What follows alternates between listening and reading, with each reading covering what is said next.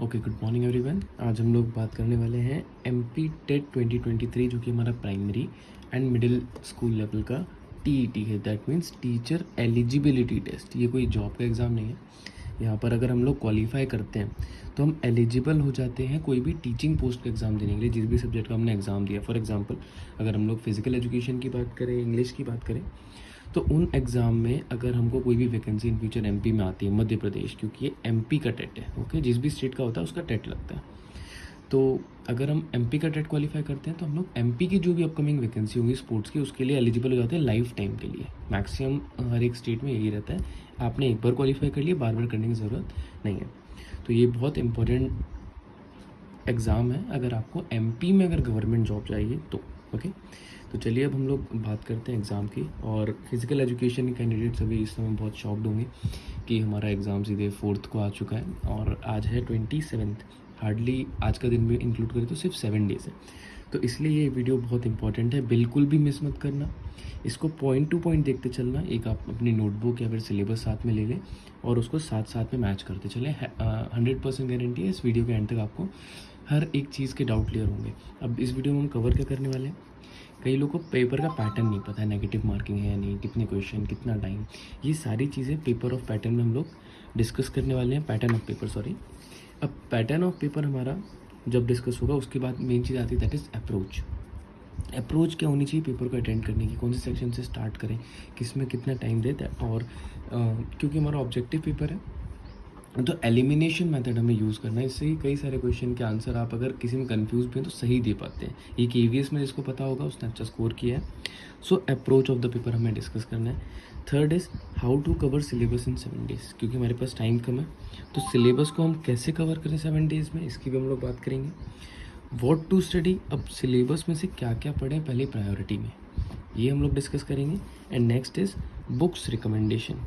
Books recommendation जो कि आप लोग वीडियो सर्च करेंगे बहुत सारी कि क्या हम किससे क्या पढ़ लें, तो उसके लिए मैं ओवरऑल आपको इसी वीडियो में ऐड करके बता दूंगा। वीडियो थोड़ा सा लंबा हो सकता है लेकिन ये सारे पॉइंट्स आपको एक ही वीडियो में मिल जाएंगे। चलिए नेक्स्ट हम लोग बात करते हैं स्ट्रैटेजी की। So MP TET strategy for PNHE। PNHE क्यों? क्योंकि यहाँ पर हम लोग फिजिकल एंड हेल्थ एजुकेशन की ही बात करते हैं। ये सिलेबस ही हमारा फिजिकल एजुकेशन एक्सीलेंस का है, so will be focusing on that only. लेकिन हाँ, अगर कोई और सब्जेक्ट का देख रहा है तो आप इस पैटर्न से आप लोग अपने सब्जेक्ट को फॉलो कर सकते हैं। अब बात करते हैं एग्ज़ाम डेट की। फिजिकल एजुकेशन 4 मई को होने वाला है, मीन्स एक हफ्ते बाद। और इसका पहले होगा प्राइमरी लेवल का एग्ज़ाम। प्राइमरी मीन्स 1 to 5, जिसकी आई गेस बेसिक पे 2400 पे स्केल पर है, मतलब आपको 35,040 के आसपास आपको इन हैंड सैलरी आएगी।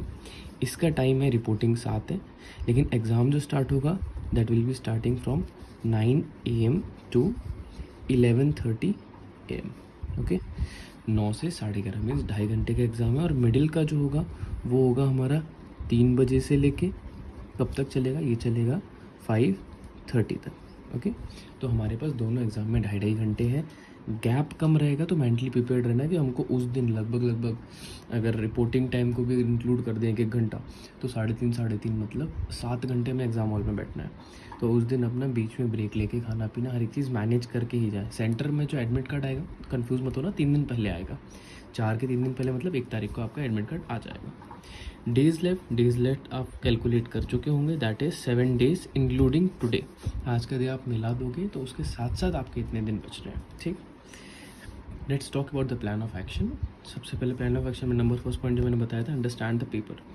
टोटल नंबर ऑफ क्वेश्चन जो आने वाले हैं that will be 150 questions. Time duration जो रहेगा वो रहेगा कितना, दैट इज़ 150 मिनट्स। अब आप कैलकुलेट कर चुके होंगे पर क्वेश्चन कितना टाइम मिलने वाला है, वो आप कमेंट में ज़रूर बता सकते हैं। बहुत हार्ड कैलकुलेशन रहेगा। नेगेटिव मार्किंग जैसा कि आप लोग को पता था 0.25, लेकिन बाद में इसको कैंसिल कर दिया है। अब यहाँ पर नेगेटिव मार्किंग नहीं है। ओके, तो इसके कन्फ्यूजन में ना रहे कि नेगेटिव मार्किंग है, नेगेटिव मार्किंग नहीं रहेगी इस एग्ज़ाम में। तो पूरे क्वेश्चंस आपको अटैम्प्ट करने हैं। इसके लिए आप लोग अपने कुछ टाइम पहले नोटिफिकेशन आया था आई गेस 5 एंड में, जहाँ पर कि नेगेटिव मार्किंग रिमूव करी गई थी। क्वालिफिकेशन क्राइटेरिया अनरिजर्व का जो होगा दैट विल बी 60%, एंड जो OBC SC ST वालों का है 10% दैट इज़ 50%। अब ये कितना होता है, 150 का 60% is 90 marks, and OBC SC ST का जो रहेगा that will be half of 150, that is 75 marks, ठीक है। अब यहाँ पर आप 150 में 150 भी लाओगे, चाहे आप 90 मार्क्स भी लेके आओगे, सो एक ही चीज़ है, इसमें कोई मेरिट नहीं बनती, आपको सिर्फ क्वालिफाई करना है। टीचर एलिजिबिलिटी एग्ज़ाम है ये। मेरिट किस में बनेगी? जो मेन एग्ज़ाम होगा आपके सब्जेक्ट की जो पोस्ट आएगी वो उसमें मेरिट बनती है। ओके, तो इसमें भी कंफ्यूज नहीं होना है।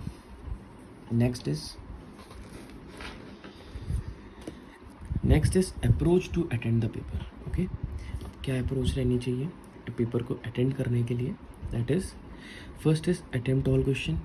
पूरे क्वेश्चंस क्यों अटेम्प्ट करने हैं? क्योंकि कोई भी नेगेटिव मार्किंग यहाँ पर नहीं है।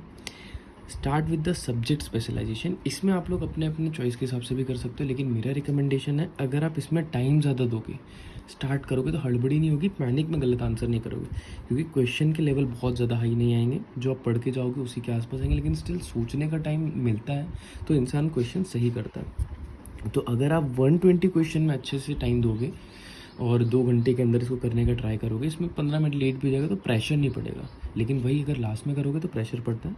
तो सब्जेक्ट स्पेशलाइजेशन से स्टार्ट करना बेटर रहेगा। Next is time management. Time management की अगर हम लोग बात करें, टाइम मैनेजमेंट की अगर हम लोग बात करें तो यहाँ पर फिजिकल एजुकेशन का 120 मार्क्स है, तो इसमें कम से कम आप पर मिनट 2 घंटे आप दे सकते हैं, पर मिनट के हिसाब से 2 आवर्स होता है। Language 15 marks, English plus Hindi, Hindi में आप संस्कृत ऑप्शनल भी है लेकिन मेजोरिटी हिंदी लेंगे, तो उसमें अगर आप लोग बात करोगे तो 15 मिनट और 15 मिनट पेडागोजी, मतलब इन दोनों को मिला के आपको कितना टाइम देना है? Max to max 30 minutes. मतलब 9 बजे अगर आपने एग्ज़ाम स्टार्ट किया, अपनी घड़ी देखते रहना कि आपको 11 बजे तक PE सेक्शन कंप्लीट कर लेना है, और इसको जितना जल्दी कवर कर लोगे उतना ज़्यादा टाइम आप पेडागोजी एंड लैंग्वेज में दे पाओगे। So this is about the approach, and approach में आगे कुछ पॉइंट्स और हैं जो मैं आप लोग को बताना चाहूँगा। फर्स्ट इज़, क्योंकि ऑब्जेक्टिव पेपर है तो एलिमिनेशन मेथड यूज़ करना बहुत ज़्यादा ज़रूरी है। अब एलिमिनेशन क्या है, मैंने एक एग्जांपल आप लोग के लिए बनाया, which of the following is incorrect, इससे क्वेश्चन आ गया। दिल्ली जो है इंडिया का कैपिटल है, ठीक है। MP यूनियन टेरिटरी है, जी नहीं, नॉर्मल स्टेट है। नेशनल गेम ऑफ इंडिया हमारा हॉकी है, ठीक है। India is rank number 1 in population. मान लेते हैं कि हमको ये नहीं पता कि अभी करंट में क्या चल रहा है, नंबर 1 हो गई है नहीं हुई है, तो अपन मान लेते हैं ये डाउटफुल है। चलिए, अब मैंने ऑप्शंस देखे, मेरे को एक चीज़ कंफर्म थी कि ऑप्शन B 100% गलत है। तो सबसे पहले देख लो B किस किस में है, इसमें है एंड इसमें है, ठीक है। मुझे D का आइडिया नहीं था, लेकिन D क्या इन दोनों में है? नहीं है। दैट मीन्स D हमारा ऑप्शन क्या होगा? That is right. क्यों? क्योंकि B तो रॉन्ग है ही, तो B उस ऑप्शन के साथ ही आएगा जो रॉन्ग हो। तो हमारा जो D ऑप्शन जहाँ है और जहाँ B नहीं है उसको सीधे सीधे हमने हटा दिया, ठीक है। इसमें भी हमारा B नहीं है क्योंकि B गलत ऑप्शन है और हमें गलत बताना है, तो B भी हमने हटा दिया। अब बचा क्या? ये दोनों, B एंड A का हमें आइडिया था कि A सही ऑप्शन है, ठीक है, तो हमने B वाले इसको भी हटा दिया, only B will be the correct answer. तो इस तरीके से हमको ये चूज़ करना है। अगर कोई ऑप्शन नहीं पता हो तो बस ये देखो ये वाला ऑप्शन किस किस में है और ये वाला ऑप्शन किस किस में नहीं है। आपको ऑटोमेटिक 1-2 आंसर जो नहीं पता है वो उनको यूज़ करने की ज़रूरत ही नहीं पड़ेगी, ठीक है। होप आपको समझ में आया, और समझ में आ रहा हो तो प्लीज़ इस वीडियो को लाइक ज़रूर कर देना। Next is cover maximum syllabus. ये ऑब्जेक्टिव में मैंने क्यों बताया है? ऑब्जेक्टिव टाइप पेपर ऐसा होता है जहाँ पर आपको पूरा समझाना नहीं है कि आप लोग पढ़ा रहे हो पूरा याद करके, नहीं। अगर मैंने पूरा एक सिलेबस कवर किया, मैंने रीड करा उसको एक बार और एक बार रिवाइज़ कर लिया बस रीड करके, तो जब मैं पेपर दे रहा हूँ मुझे बस एक वर्ड याद करने की ज़रूरत है, और वो वर्ड याद आ गया तो मैं सीधा ऑप्शन टिक कर सकता हूँ। सिलेबस ज़्यादा से ज़्यादा कवर करो, that is in depth cover करो। अगर हम लोग एनाटॉमी फिजियोलॉजी की बात कर रहे हैं, सर्कुलेटरी सिस्टम पे जा रहे हैं, तो उसमें जितना ज़्यादा हो सके जितने भी क्वेश्चंस आते हैं वो सारे पढ़ो, ठीक है। तो सर्कुलेटरी सिस्टम, आपका जो मसल्स होती हैं कैसे पंप होता है, नर्वस सिस्टम से कौन सी मसल आती है, ये सारी चीज़ें पढ़ोगे ना और एक बार और रिवाइज कर लोगे तो दिमाग में एक इमेज बन जाएगी। फिर जैसे हम लोग एग्जाम में क्वेश्चन देखते हैं तुरंत ऑप्शन से हमें याद आ जाता है।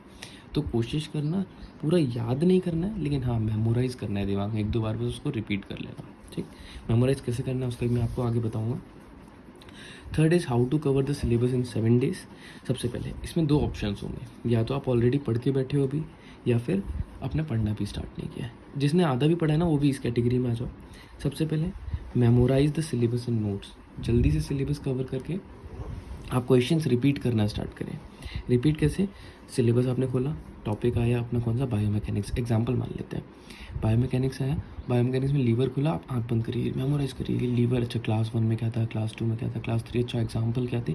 अगर आपने कोई टॉपिक ऐसे एक बार मेमोराइज कर लिया, गारंटीड बोल रहा हूँ कि आपका एग्ज़ाम उसमें क्लियर हो ही जाएगा। ओके, आई मीन सिलेबस आपका कवर हो जाएगा और आप एग्ज़ाम में भूलोगे नहीं। Okay, next is give mock test. अगर मॉक टेस्ट अवेलेबल है कहीं पर तो मॉक टेस्ट ज़रूर लगाइए, नहीं तो आप कुछ प्रीवियस ईयर क्वेश्चंस बाकी जो स्टेट के टेट हैं उनके आप दे सकते हैं। ओके, आप डाउनलोड कर सकते हैं, बहुत सारे गूगल पे अवेलेबल है।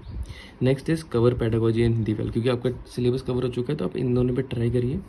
ये 30 मार्क्स, इंग्लिश मैंने अभी अवॉइड करिए, 30 मार्क्स होता है, 25 हो गया। ठीक है, 25 में से अगर आप 20 स्कोर कर लेते हैं तो आपको अपने पीई के पेपर में, अगर यूआर की बात करें तो आउट ऑफ 90 कितना स्कोर करना पड़ेगा? सिर्फ 70 marks. 70 marks out of 120 score करना बहुत टफ नहीं है, आपके पास 50 क्वेश्चन का मार्जिन हो गया। ठीक है, तो ये भी एक बहुत अच्छा गेम चेंजर रहेगा। एंड अगर स्टार्ट नहीं करा है तो एक चीज़ चूज़ कर लो भाई, प्राइमरी या सेकेंडरी में से कोई एक। ठीक है, अब प्राइमरी या सेकेंडरी में से कोई एक चूज़ जब आप करोगे तो मेरा आपको रिकमेंडेशन है, अगर आपका नॉलेज अच्छा है, आपने केवीएस में अच्छा पढ़ा है, एनवीएस का अच्छा पढ़ लिया था, तो आप सेकेंडरी की प्रिपरेशन करना स्टार्ट करो, प्राइमरी का ऑटोमेटिक हो जाएगी। इसका पे scale I guess 3200 grade pay में रहेगा, इसका 2400 ग्रेड पे में रहेगा। सैलरी में लगभग मान लो 10,000 का फ़र्क है, अगर ये 40,000 है तो ये 50,000 है। ठीक है, तो सेकेंडरी का आपने लिया, सेकेंडरी का सिलेबस उठाओ, उसमें टिक कर लो आपके कौन कौन से स्ट्रॉन्ग पॉइंट्स हैं। ठीक है, उसको पहले कवर करो क्योंकि वो आपके शॉर्ट मार्क्स होंगे, क्योंकि आपको 150 का नहीं पढ़ना है, एटलीस्ट 100 का बढ़ के जाना है कि 100-110 में स्कोर कर लो। ओके, तो कुछ चीज़ें आप लोग हटा भी सकते हो जो आपको समझ में नहीं आ रही है, आपको लगता है टाइम लेंगी। ठीक, cover the syllabus in 5 days. 5 दिन में सिलेबस कवर करने क्यों बोल रहा हूँ? आज कौन सी डेट है? 27, 28, 29, 30 एंड 1।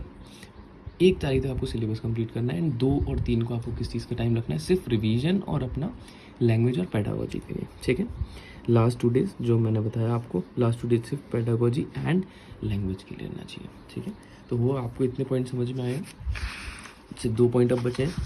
पढ़ना क्या है मैं आपको इंपॉर्टेंट बता देता हूँ, और दूसरी चीज़ इसके लिए कौन कौन सी बुक आपको पढ़नी चाहिए। ठीक है, तो let's start with the syllabus. पढ़ना क्या है, सबसे पहले हम लोग बात करते हैं माध्यमिक शिक्षक खेल। माध्यमिक मीन्स ये हमारा मिडिल स्कूल है, मीन्स आपको 8th लेवल तक का मैनेजमेंट संभालना पड़ेगा।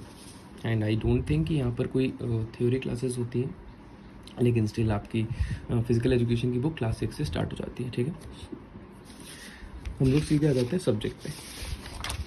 सब्जेक्ट की अगर हम लोग बात करें तो सब्जेक्ट हमारा स्टार्ट होता है हिस्ट्री ऑफ फिजिकल एजुकेशन से।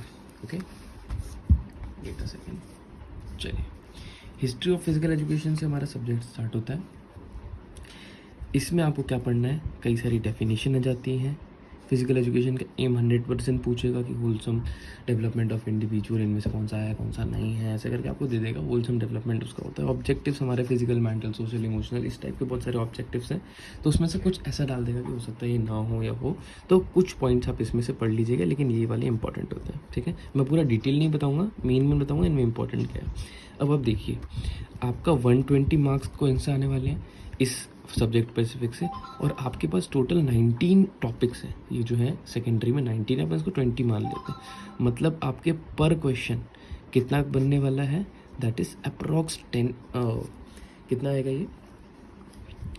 It will come out to be 6 marks आपके हर एक टॉपिक से आएगा, है ना, सिर्फ 6 मार्क्स। ओके, और आप इसको मल्टीप्लाई करोगे तो 120 आता है। ठीक है, मतलब अगर क्योंकि हमने एक ज़्यादा लिया है तो 7 to 8 मार्क्स होगा, लेकिन याद रखना बराबर नहीं आता अगर आपने केवीएस का एग्ज़ाम दिया है। ठीक है, तो केवीएस के एग्ज़ाम में कई टॉपिक से बहुत ज़्यादा क्वेश्चन पूछ लिया, जैसे कि स्पोर्ट्स से, और कई टॉपिक से बिल्कुल नहीं पूछा, जैसे कि आप लोग रह जाओगे साइकोलॉजी से, तो उससे बहुत कम आया था।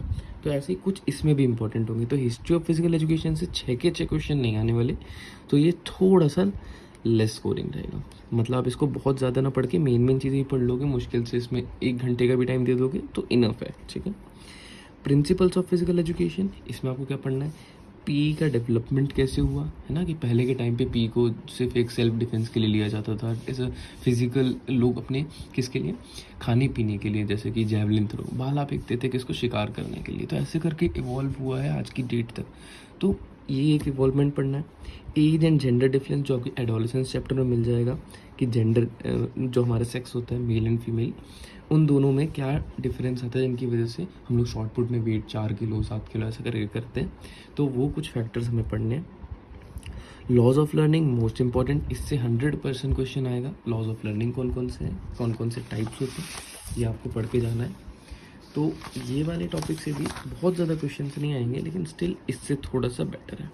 ओके, अब जो मैंने स्टार मार्क करे, स्टार मार्क वाले क्वेश्चन शॉर्ट है, वो वाला कंटेंट आपको पढ़ना है। एनाटॉमी एंड फिजियोलॉजी सबसे ज़्यादा चाहिए टॉपिक है सारे एग्ज़ाम सेलेक्टर्स का, जो भी पेपर सेट करते हैं। इसमें से आपको देखो cell, tissues, skeleton system, muscles and systems of body. अब सिस्टम ऑफ बॉडी में इसमें बहुत ज़्यादा सिस्टम दिए हुए हैं, ठीक है, जैसे कि ब्लड, रेस्पिरेटरी, डाइजेस्टिव, है ना, excretory, endocrine, nervous system and अपना सेंसरी ऑर्गन्स। ये सारे कुछ सिस्टम्स दिए हुए हैं जो कि आपको पूरे के पूरे एक एटलीस्ट रीड करने। कुछ टॉपिक्स आपके स्ट्रॉन्ग होंगे और कुछ टॉपिक को एटलीस्ट नज़र मार के जाना, जिससे क्वेश्चन बनते तो आप अटेम्प्ट कर लो। ये क्वेश्चन से सबसे ज़्यादा, इस टॉपिक से सबसे ज़्यादा क्वेश्चंस आएंगे, ठीक है। और उसी का एक भाई पार्ट है फिजियोलॉजी, ये दोनों एक ही मान लो, ठीक है। इसमें आपको स्केलेटल मसल्स के फंक्शंस पढ़ने पड़ेंगे, ये परफॉर्म कैसे करता है, न्यूरोमस्कुलर कंट्रोल, मतलब आपका ब्रेन कैसे सिग्नल भेजता है और आपकी मसल्स कैसे रिस्पॉन्स करती है। तो इसमें आपको एक तुरंत टॉपिक याद आ रहा होगा, that is sliding filament theory, कि आपकी नर्वस सिग्नल जब आपकी मसल भेजती है, दिमाग भेजता है थ्रू न्यूरॉन सेल्स, तो वो क्या रिलीज़ करता है, कौन सा आयन रिलीज़ करता है हमारे मसल में, और वो आयन कैसे हमारे मायोसिन फिलामेंट को एक्टिवेट करता है। तो ये कुछ थ्योरी हमारी है, स्लाइडिंग फिलामेंट थ्योरी। इसकी बहुत अच्छी वीडियो आपको यूट्यूब पे मिल जाएगी, शायद इंग्लिश लैंग्वेज में है। अगर आप लोग को वीडियो नहीं मिलती तो आप मुझे टेलीग्राम चैनल पर बता सकते हैं, मैं वहाँ पर आपको वीडियो शेयर कर दूँगा। Okay, next is Olympic movement. Olympic movement में हिस्ट्री, कब से स्टार्ट हुआ, कैसे, किसने बंद कराया, क्योंकि एंशिएंट ओलंपिक्स बंद भी हुए थे। फिर मॉडर्न ओलंपिक किसने स्टार्ट कराया, कौन कौन से फेजेस थे, किसमें क्या आया, कब हमारा टेलीकास्ट हुआ, ये सारे फेजेस आपको पढ़ने पड़ेंगे।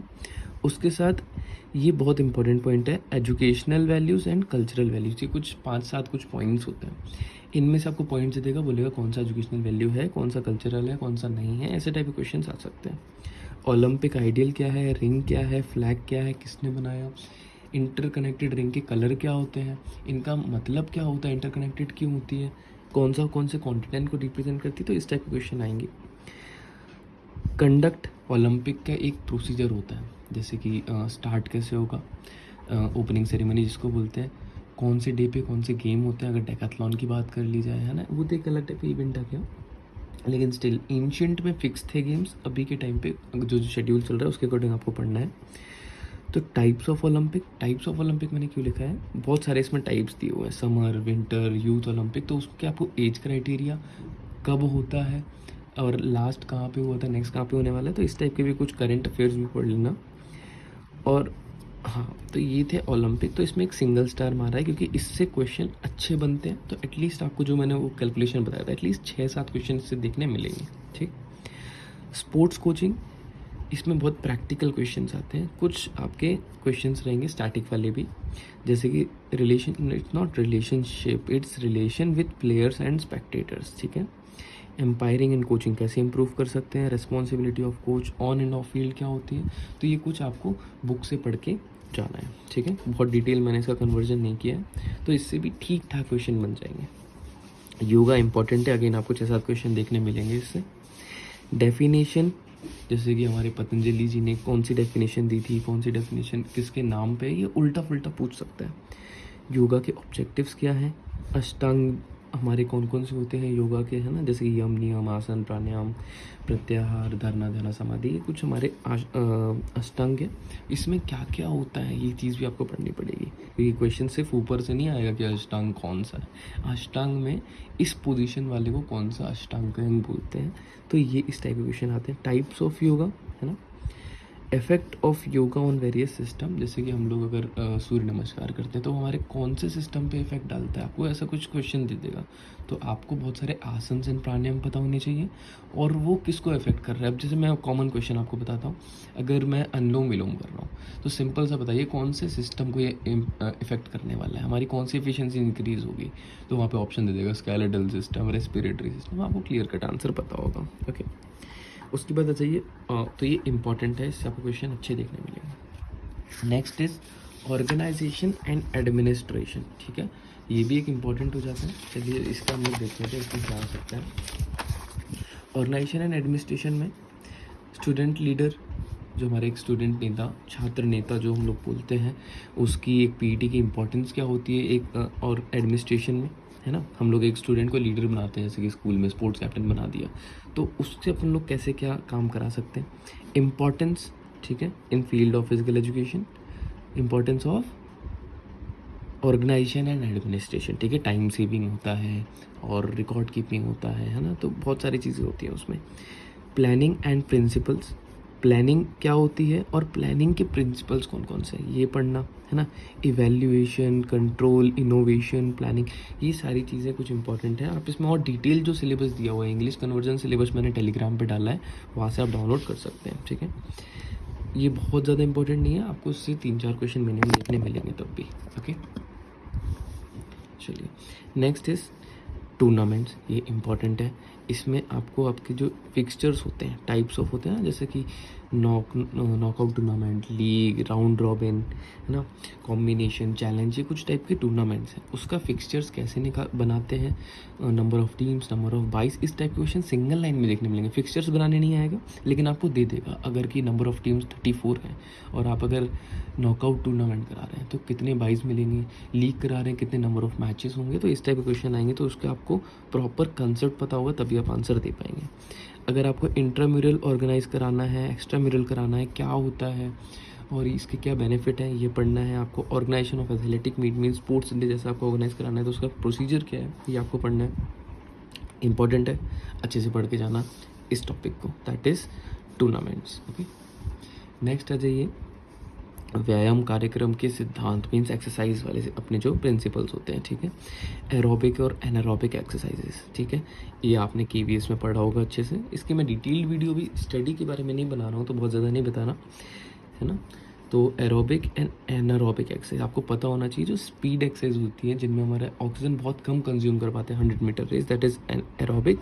और एनारोबिक जिसमें हम एक्सरसाइज इंटेंसिटी कम रहती है, जैसे कि लॉन्ग रेसेस होगी, 5000 मीटर भाग रहे हैं तो हम लोग इतना तेज तो नहीं भागेंगे, सांस ही ना आए, थक जाएंगे, तो ऑक्सीजन लेते हुए जो कर रहे हैं, ठीक है। तो इसमें कौन कौन से फाइबर्स किस में ज़्यादा होते हैं, fast Twitch fibres, slow Twitch fibres किस में ज़्यादा होगी, किसकी एरोबिक कैपेसिटी ज़्यादा होगी, ये हमको पूरा पढ़ना है। विभिन्न एरोबिक एंड एनारोबिक तीव्रता, इंटेंसिटी के बारे में बात कर रहा है, हार्ट रेट के बारे में बात कर रहा है, कौन सी एक्सरसाइज में कितनी होनी चाहिए, कितने पे रेस्ट देना पड़ता है, ये कुछ एक्सरसाइज के पार्ट होते हैं हमारे, ठीक है। उसके बाद आप आ जाइए important, most important, that is first aid and injuries वाला, ठीक है। हेल्थ एंड सेफ्टी, है ना, ये हमारा डेली लाइफ से अकॉर्डिंग भी है और स्पोर्ट्स के अकॉर्डिंग भी है। फर्स्ट एड के लिए हमारे पास स्कूल में क्या क्या होना चाहिए, फर्स्ट एड किस में कैसे करना है, राइस प्राइस क्या होता है, ये सारी चीज़ें पढ़नी है। इंजरीज़ कौन कौन सी हैं, लाइफस्टाइल, हाइपोकाइनेटिक डिजीज़, ये क्वेश्चन आएगा ही आएगा। जो हम लोग अभी कम मूवमेंट कर रहे हैं, साइकिल बाइक यूज़ करते हैं, लिफ्ट यूज़ करते हैं, मूवमेंट नहीं हो रहा तो हमारे नी पेन स्टार्ट हो गया है, बहुत सारे ओबेसिटी डिजीज़ हो गए हैं, तो इस टाइप के क्वेश्चन आ जाते हैं, उनको क्या बोलते हैं, हाइपोकाइनेटिक, ठीक है। तो इसको अच्छे से पढ़ लेना। और इसी का एक मिलता जुलता सेम आपको चीज़ मिल जाएगी, दैट इज़ स्पोर्ट्स मेडिसिन में, ठीक है।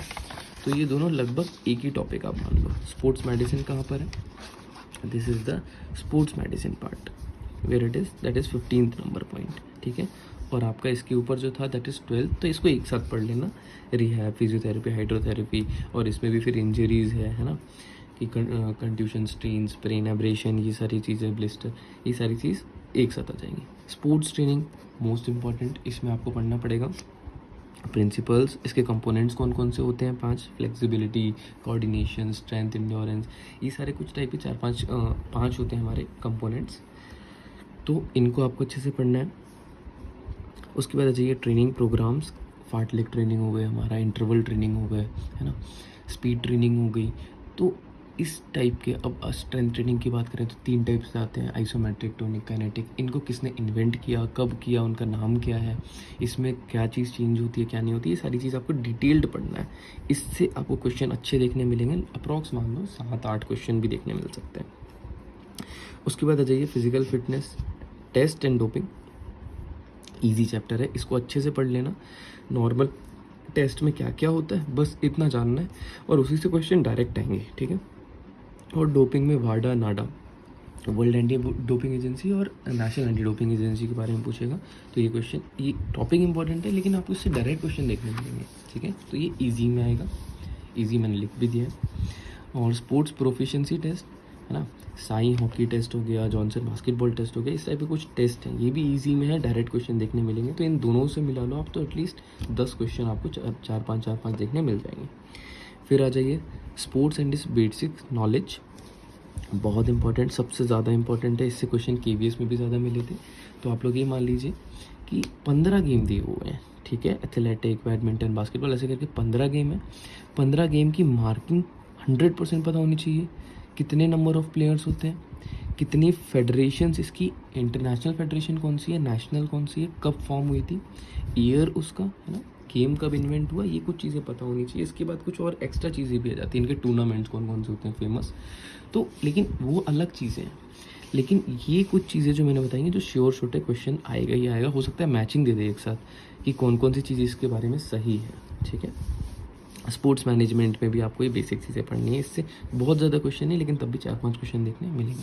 So this is about the secondary level. Secondary level में आपको इतना आपको पढ़ना है, होप सो आपने स्क्रीनशॉट लेके मार्क कर लिया। एंड नेक्स्ट इज प्राथमिक सेक्शन। प्राथमिक means primary, class 1 to 5th level का, ठीक है। सैलरी 35-40 हज़ार, कम नहीं होता। 2400 ग्रेड पे है अगर मैं गलत नहीं हूँ तो। चलिए इसके भी सिलेबस को देख लेते हैं। उसमें हमारे थे 19 पॉइंट्स, ठीक है। इसमें हमारे सिर्फ 7 टॉपिक्स हैं। तो अगर आप 120 मार्क्स करोगे 7 से डिवाइड, ठीक है, तो ये कितना आएगा, आप अप्रॉक्स ले लीजिए। It will come out to be 7 1 7, ठीक है। बचा कितना अपना 550, 7 7 49, ठीक। तो 17 पॉइंट समथिंग जाएगा। तो 17 मार्क्स पर टॉपिक आपके आने वाले हैं। गिरी पड़ी हालत भी गए तो 10 आएंगे, और हाईएस्ट गए तो 20 से 25 भी आ जाएंगे। तो अगेन आप वही बात है, कौन से टॉपिक का वेटेज ज़्यादा है कम है, लेकिन याद रखना इसमें सारे क्वेश्चन 10 से कम आएंगे ही नहीं, क्योंकि टॉपिक्स ही कम है। तो ये क्वेश्चन में ये वाले पार्ट में आपको सिलेबस जल्दी कवर हो सकता है, लेकिन डेप्थ पढ़ना पड़ेगा। चलिए, शारीरिक शिक्षा का अगेन 120 मार्क्स। हिस्ट्री पढ़नी है, इसमें आपको एक 11-12 की एक बुक है, कहते हैं सरस्वती पब्लिकेशन की, फिजिकल एजुकेशन, उसमें ही सारी चीज़ दी हुई है। Central advisory board, NSS, NCC, all India council of sports, है ना। इसमें एक प्रोफिशिएंसी भी है फिजिकल, ओलंपिक के बारे में, एसोसिएशंस के बारे में, रिकमेंडेशन कब दिया गया, ये कुछ चीज़ें हैं। इस पर आपको अच्छा इंपॉर्टेंट है ये, आपको आराम से 15 क्वेश्चन 10-15 क्वेश्चन देखने मिलेंगे। उसके बाद साइकोलॉजी। साइकोलॉजी बहुत इंपॉर्टेंट है, आप सभी लोगों ने हर एक एग्ज़ाम में आता ही है, तो साइकोलॉजी के बारे में भी पढ़ लीजिएगा। साइकोलॉजी के डेफिनेशन, टाइप्स, मोटिवेशन, पर्सनालिटी, ये सारी चीज़ें आपको पढ़नी है। Methods of P. Methods of P एक नई चीज़ है, इसको मैं थोड़ा सा बता देता हूँ। नई चीज़ पढ़ने के लिए बस, लेकिन आता आप सबको है। मेथड्स ऑफ पी मीन्स हम कौन कौन से ऐसे मेथड्स यूज़ करते हैं फिजिकल एजुकेशन में, बच्चों को खिलाते कैसे हैं, उसका किस टाइप का हम लोग लेसन प्लान यूज़ कर रहे हैं, ग्राउंड मार्किंग कैसे होती है, इवेंट कैसे ऑर्गेनाइज कराते हैं, मैनेजमेंट कैसे करते हैं हमारे इक्विपमेंट्स का, ये सारी चीज़ें किस में आती हैं, इसमें मैनेजमेंट मेथड्स में। ट्रैक एंड फील्ड को कैसे बनाना है, तो ये सारी चीज़ें आपको पढ़नी है, ठीक, इंपॉर्टेंट है। Anatomy physiology again most important, इससे क्वेश्चन आएंगे ही। सारी चीज़ें बता चुका हूँ, रिपीट नहीं कर रहा, लेकिन हाँ इसमें कुछ हार्ट के बारे में एक्स्ट्रा है जो कि सेकेंडरी में नहीं था। रिप्रोडक्टिव सिस्टम है। उसके बाद कॉमन डिसीजेज हैं जो आपने KVU में पढ़ी होंगी कि हमारे मलेरिया, उसके बाद हमारे जॉन्डिस, ये सब कैसे होते हैं, उनका जो है कॉज कौन करता है, राइट, इन्फेक्शन।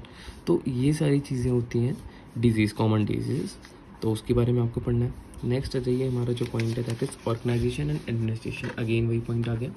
तो इसमें आपको पढ़ना है maintenance, budgeting, requirement, accounting, auditing, ये सारी चीज़ें कैसी होती हैं। अगर आप मैनेजमेंट में स्पोर्ट ऑफिसर हैं तो ये सारी चीज़ परफॉर्म करनी पड़ती है। ठीक, तो ये भी एक इम्पॉर्टेंट है।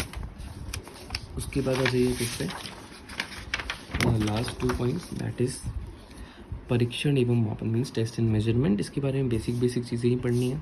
तो इससे बहुत क्वेश्चंस नहीं बनेंगे लेकिन स्टिल इम्पॉर्टेंट, और इससे सबसे ज़्यादा क्वेश्चंस आएंगे that is common injuries and rehabilitation. ठीक है, जो कोई इंजरीज मैंने बताई थी वो सारी इसमें दी हुई है। तो ये सब पॉइंट्स है। इसका इंग्लिश कन्वर्जन PDF ग्रुप पर है, और हिंदी में जिसको समझ में आ रहा है वो देख लेना। I am not from Hindi medium, तो मेरे को थोड़ा सा इसमें कन्फ्यूजन जाएगा, लेकिन अभी वीडियो ऑलरेडी लंबी हो चुकी है, इसलिए मैं डिटेल इंग्लिश में भी हो तो भी मैं इसको भी नहीं एक्सप्लेन कर पाऊँगा। अगर आप चाहते हो डिटेल एक्सप्लेनेशन, आप ज़रूर कमेंट में बताना। आई विल ट्राई कि जो टॉपिक हार्ड लग रहा है मैं उसका कुछ डिटेल्ड आपको, और इवन स्टडी मटेरियल भी आपको ग्रुप में प्रोवाइड कर दूंगा। जिसने ज्वाइन नहीं किया है प्लीज़ आप लोग टेलीग्राम की लिंक आपको सब्सक्रिप्शन में मिल जाएगी।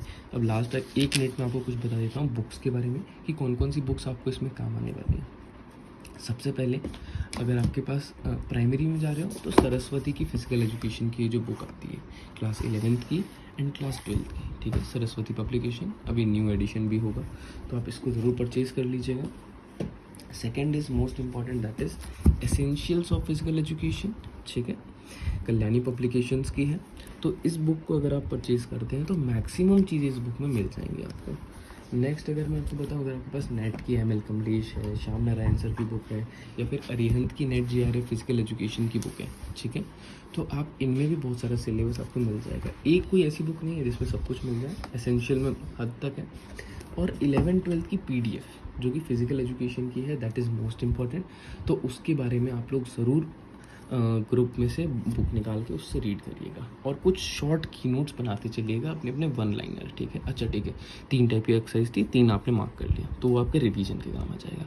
सो 5 डेज मैक्सिमम यूटिलाइज़ करें, लास्ट के 2 डेज अच्छे से रिवाइज़ करें, और फिर माइंड काम करके एग्ज़ाम दें। कंपटीशन बच्चों से आपका नहीं है, बच्चे चाहे सब लोग 150 लाएँ, लेकिन आपका अगर 90 भी आता है आपका सिलेक्शन एक बराबर ही है। ठीक है, तो all the best for upcoming 7 days. और 4 तारीख को प्लीज़ रिपोर्टिंग टाइम से पहले करें और आराम से अपना क्वेश्चन अटेम्प्ट करें, और अब अगर लंच बॉक्स दूर सेंटर है तो लंच बॉक्स कैरी करें। So thank you so much for the watching the video and hope you are liking the video, subscribing the channel, और अपने फिजिकल एजुकेशन के सारे फ्रेंड्स तक ज़रूर शेयर करें। Thank you so much. This is physical education excellence signing out.